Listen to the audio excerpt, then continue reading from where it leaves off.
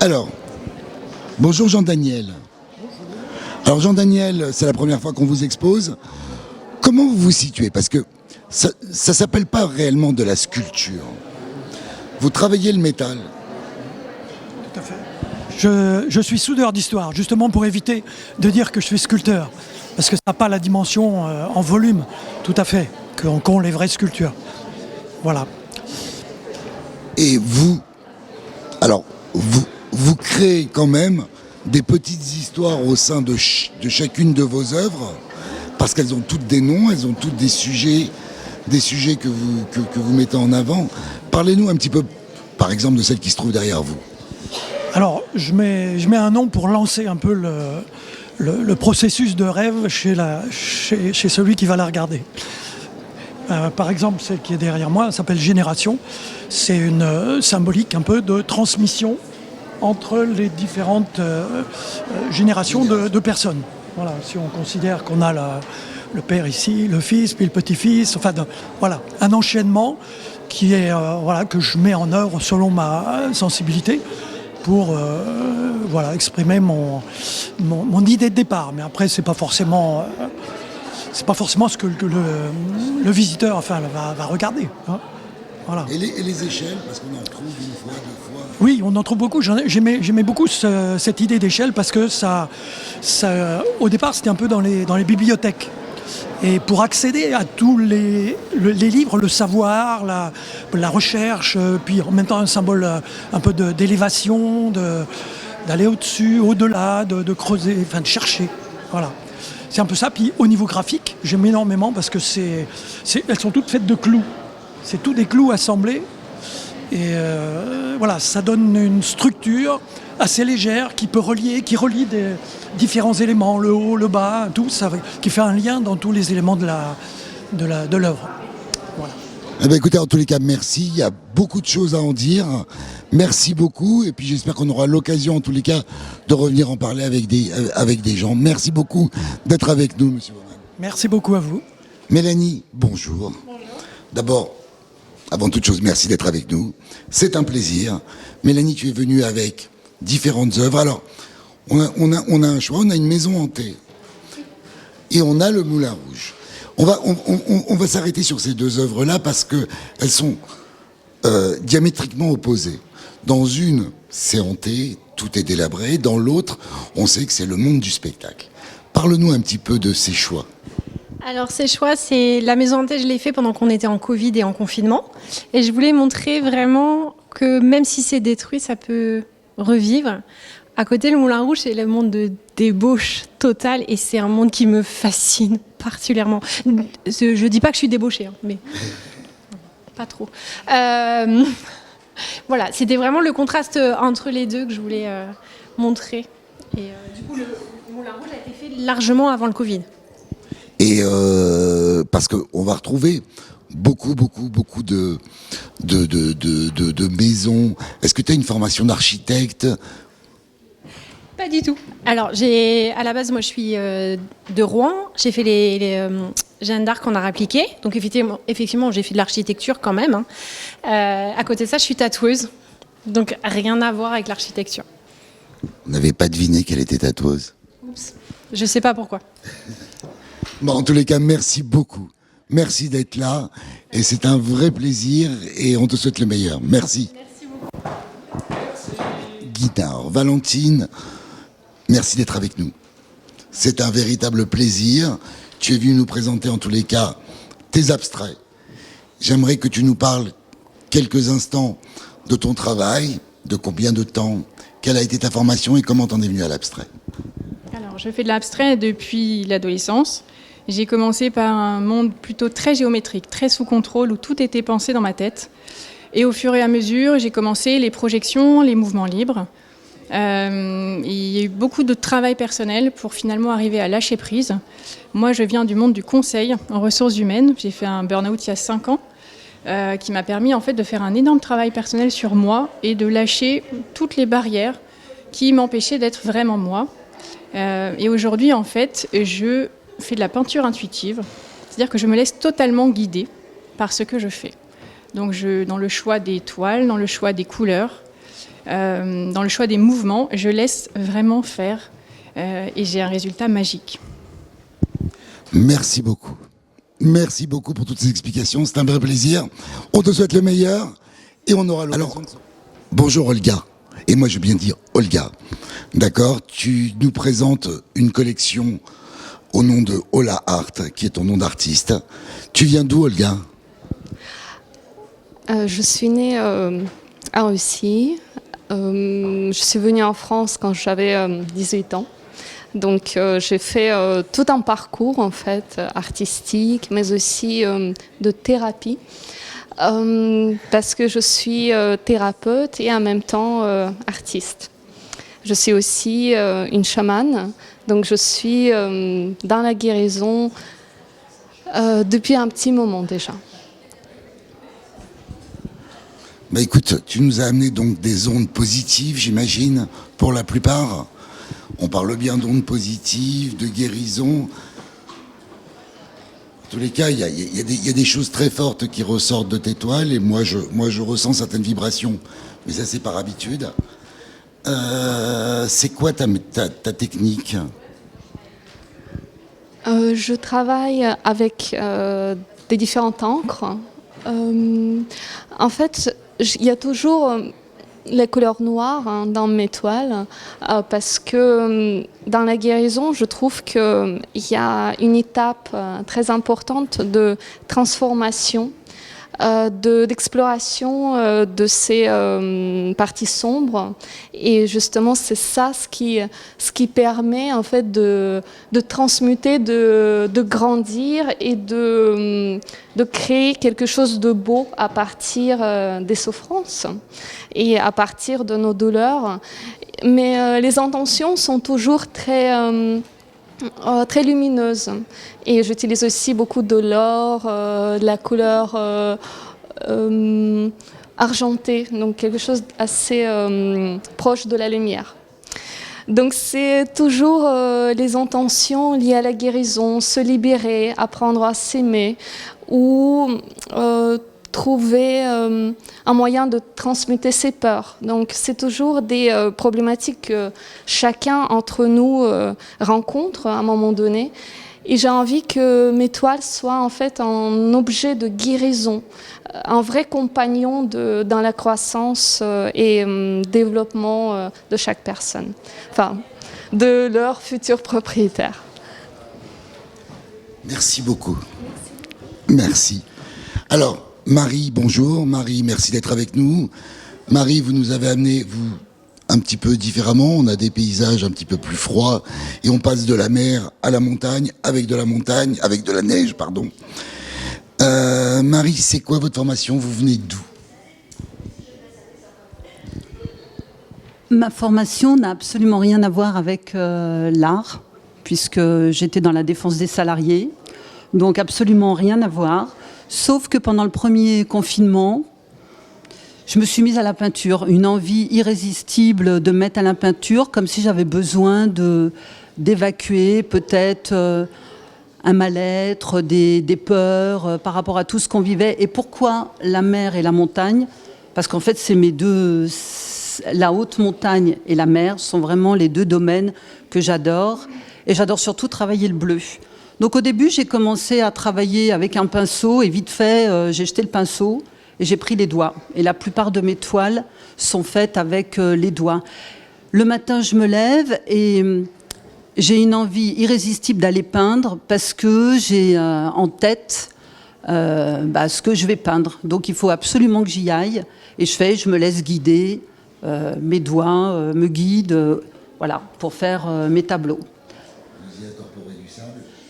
Alors là j'ai incorporé un gel, ce qu'on appelle un gel de structure.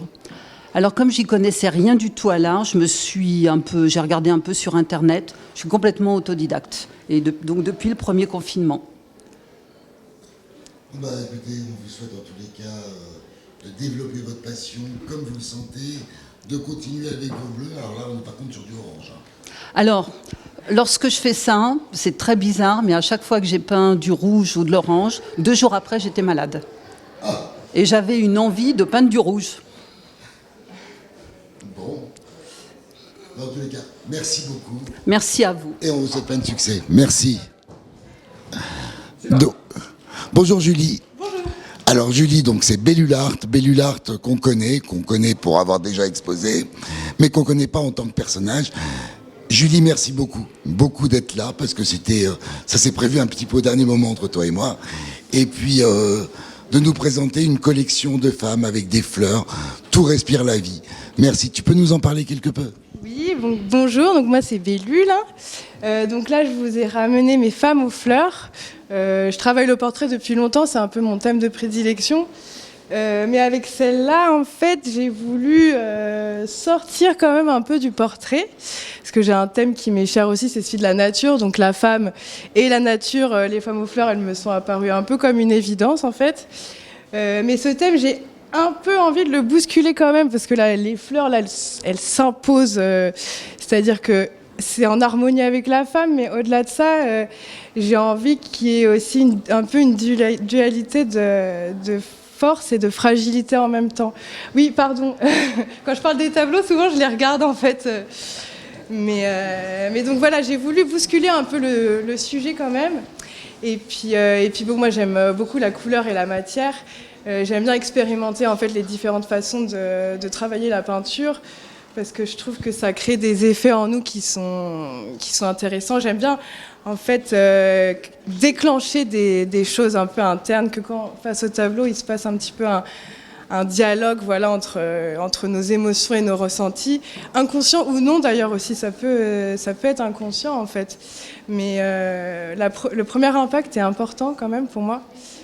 Et donc voilà, c'est frais, c'est lumineux, c'est la féminité, la fragilité, la délicatesse, mais la force aussi quand même. Merci beaucoup. Julie, c'est un plaisir. Eh bien, avec plaisir, merci. Alors on a la chance de recevoir Magali Léonard. Magali, je l'ai eu plusieurs fois au téléphone parce qu'elle était très inquiète. Elle a fait une peinture qui sort un petit peu de ses standards à elle. Elle a voulu utiliser d'abord un type de papier spécial, elle voulait que ça soit aéré. Et je pense qu'elle va nous en parler mieux que moi de toute façon. Eh ben, donc j'ai toujours ancré ma création sur les éléments. Donc par moment je traiterai au niveau de la terre, du feu. Et ici évidemment c'est l'air et l'eau qui me préoccupent. Et j'ai commencé à traiter ces deux éléments-là en revenant d'Hokkaido, où j'avais fait des expériences en bateau brise-glace, où j'avais été très sensibilisée à la vitalité de l'eau, glace, eau, air. Et donc je suis allée habiter sur la côte basque et je retrouve, alors nous n'avons plus la glace, mais on a l'air et l'eau. Et dans la vitalité totale de ce passage, de cette vie commune entre les deux éléments. Donc le mouvement, le flux, le flow, qui donne toute la mouvance à ma peinture, je pense, voilà, et à nos vies, quoi. Puisque si on partage quelque chose de tous en commun, c'est bien l'air et l'eau. Voilà. Merci et c'est la finalité de mon travail, en fait. Merci Magali. Merci. Bonjour Marisa. Ah, Harry, ça va être beaucoup plus simple pour tout le monde d'ailleurs, hein, c'est Harry. Alors Marisa, tu nous viens d'où toi? Moi je viens de Suisse, Genève. Genève. Voilà. On a pas mal de Suisses avec nous aujourd'hui quand même. Super. Bah, il y en a quand même. On a du Canadien, on a des Suisses, c'est l'essentiel. Comment t'es venu à la peinture toi alors? Parce que tu utilises différentes textures. On peut voir qu'on a t'as différents médiums. Raconte-nous un peu tout ça. Alors moi j'aime la nature et tout ce qui est naturel. Donc j'essaie de représenter au mieux la nature que j'aime. Et surtout j'utilise uniquement des matières naturelles, donc l'aquarelle et les bâtonnets d'huile. Voilà, donc j'utilise pas d'acrylique, c'est pas dans mon créneau, quoi. Voilà. Il y a longtemps que tu fais de la peinture? Ça fait 10 ans. J'ai commencé avec la porcelaine. D'accord. Eh ben écoute, je te souhaite le meilleur. Et puis en tous les cas, c'est une joie de faire ta connaissance. Alors Corinne, bonjour. Bonjour. Co-Connection. Tout à fait. Alors Corinne, avec ton art, on est à la limite du mandala. En tous les cas, il y a une force dans chacun de tes tableaux. Tout à fait. On est bien d'accord, je me trompe pas? Non. C'est bien ça que tu veux. Viens ici, viens à côté de moi, parce que sinon tu ne seras pas dans l'écran et on va avoir l'impression que je parle tout seul. Ce serait dommage. Bah, ce serait dommage. Tiens, Tout à fait. parle-nous un petit peu de ton travail.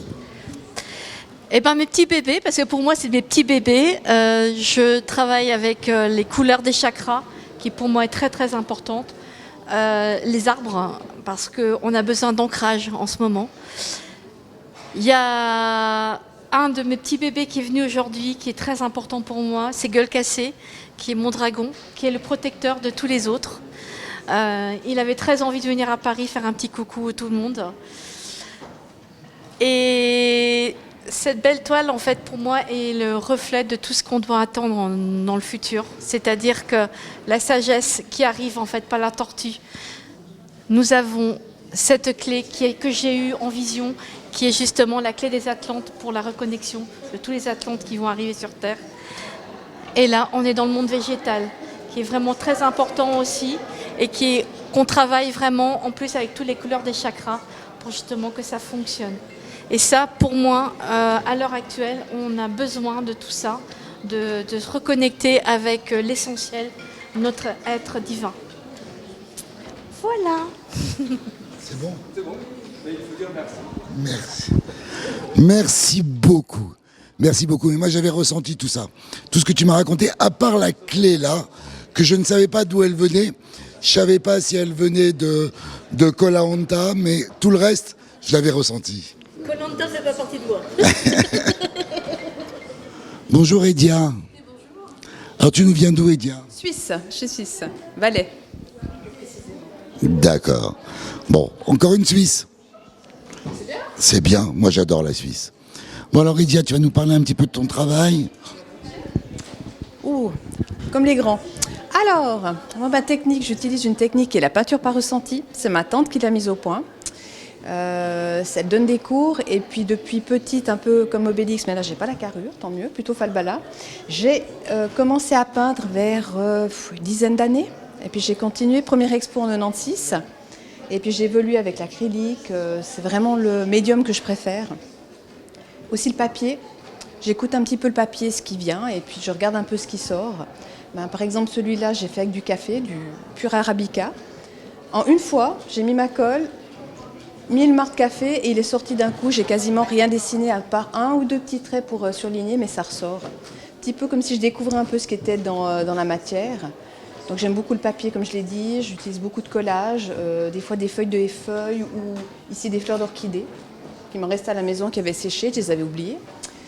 J'aime beaucoup l'or, j'essaie d'en utiliser le maximum. Ça donne beaucoup d'énergie, beaucoup de force. Et la même chose, j'essaie de regarder un peu ce qui vient. Alors des fois on a un peu plus d'idées, là j'ai commencé avec les couleurs, j'ai senti du brun, du bleu. Après c'était un peu plus délicat, j'ai laissé venir et d'un coup j'ai senti un petit peu une cascade. Alors j'ai travaillé avec et voilà, on a un petit peu les couleurs qui viennent. Et je suis étonnée parce que le brun c'est pas vraiment ma couleur, je suis plutôt dans les bleus et c'est celui-ci qui m'a posé plus de problèmes pour trouver une harmonie. Celui-là est venu assez facilement. Et cette fois je pensais partir du côté japonais, mais c'est plutôt l'Amérique du Sud avec les Andes. Et puis même ici, j'ai découvert aussi que c'était un petit peu une histoire de... L'orchidée aussi, c'est une histoire de... Un petit conte aussi du côté de l'Amérique du Sud. Et ça, c'est des petites découvertes par après. J'essaie toujours de trouver un sens, un petit peu à ce que me raconte le papier. Et ouais, des fois du papier aussi, ça sort des petites choses comme ça qui sont sympas. Voilà. Merci beaucoup Edia, merci d'être avec nous, merci. On va se tutoyer. Bonjour Claudine. Oui, bonjour. Alors ton nom d'artiste c'est Art Martin.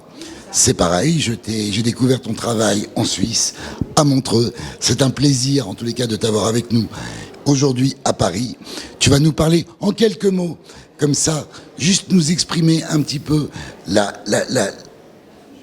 façon la plus simple, ce que tu peins et les raisons pour lesquelles tu les as peints, parce que moi je le sais, parce que tu me l'as déjà raconté, mais c'est important quand même qu'on le sache sur la caméra. Alors moi, les peintures que je fais, les créations, c'est des peintures, des histoires de ma vie qui s'est passée, des histoires qui m'ont dérangé, des histoires qui m'ont fait mal, et je les ai remis sur des toiles, voilà. Et puis après, ensuite, j'ai une maladie. Et puis je parle encore plus, j'ai plus peur de m'exprimer. S'il y a quelqu'un qui est con, s'il y a quelqu'un qui est agressif, s'il y a quelqu'un qui est sympa. Je mets tout ça sur des toiles. Si tu t'engueules une fois avec moi, tu finis là. Non, c'est vrai. Je ne m'engueule pas, c'est bon, c'est Alors, promis. c'est bon. Ça joue? Ouais. Merci beaucoup. Voilà. En tout cas, j'ai énormément de plaisir de participer avec mon fils et puis d'être ici à Paris, vers toi. Merci beaucoup, Claudine. Et nous, c'est une joie de t'avoir avec nous. Merci beaucoup. Bonjour, Jenny. Alors, Jenny, toi et moi, on se connaît. On a un petit peu. On a fini par connaître. Enfin, on finit par mieux se connaître de jour en jour. Donc, Jenny, là, t'es venue avec 4 nouvelles peintures. Une que tu as reprise. Et des nouvelles couleurs, de nouveaux sujets qui sont très colorés. Je tenais à te remercier et à te féliciter en tous les cas pour ton travail. Alors, Jenny, je vais te donner juste l'appareil en regardant bien la caméra. D'accord? Tu nous parles en quelques mots de toi. Alors, je devrais d'abord parler de ma peinture plutôt. Alors, ma peinture en général, j'essaye d'exprimer des sentiments extrêmement profonds qui peuvent venir quelquefois même de rêves, et j'essaye de les exprimer sur une toile. Alors le chemin de l'âme, l'évolution de l'âme, ici vous avez l'envol de l'âme, parce que c'est quelque chose d'extrêmement fort, de dynamique dans mon esprit, dans mon cerveau, dans mon mode de vie quotidien, et ici vous avez l'explosion de l'âme. Voilà, je suis ravie de participer à cette exposition. Merci Harry. Merci Jenny. On se revoit plus tard. Bye. Écoutez, c'est là pour ce tableau, comme j'aime bien les personnages, j'aime beaucoup Olivier Rostand. Donc j'ai fait les portraits de femmes en général. Mais Olivier Rostand m'a inspirée. Donc j'aime les couleurs, j'aime aussi son univers, j'aime la mode. Et puis ça m'a vraiment donné envie de faire son portrait. En général, je ne fais pas les portraits ressemblants. Je fais des portraits sans modèle. Mais là, pour le coup, il m'a inspirée. Et je ne sais pas si je l'ai bien réussi, mais en tout cas, j'aime le personnage. Merci beaucoup. Merci beaucoup, Badia. Je t'en prie. Bonjour. Écoutez, c'est une joie de vous avoir avec nous. Ça fait quelques semaines, j'entendais parler de vous, je voyais votre travail, mais alors le rendu est d'autant plus joli en réalité parce que il y a de la lumière, il y a de la force, il y a des éléments forts qui sortent. Et je tenais à vous remercier. En quelques mots, parlez-nous un petit peu de votre travail, s'il vous plaît, madame. Écoutez, monsieur Becancourt, j'ai pensé de faire une mixte de porcelaine et d'époxy il y en a 6 ans. Et avec le corona, alors on ne peut plus travailler, c'était pas possible, j'ai eu de corona, j'étais malade et voilà. Et alors je suis de nouveau, à cause de monsieur Daniel Pirin, qui m'a donné de force pour recommencer, absolument. Et alors je suis commencé de nouveau à faire ce projet. Quelque chose que j'ai inventé. Bon, voilà. C'est superbe. C'est superbe. Et en tous les cas, moi, je suis ravi que vous soyez là. Ravi. J'espère que ça vous plaît. Vous allez voir, on va avoir une très belle exposition. On attend beaucoup de monde. Merci beaucoup. Merci beaucoup à vous. Merci.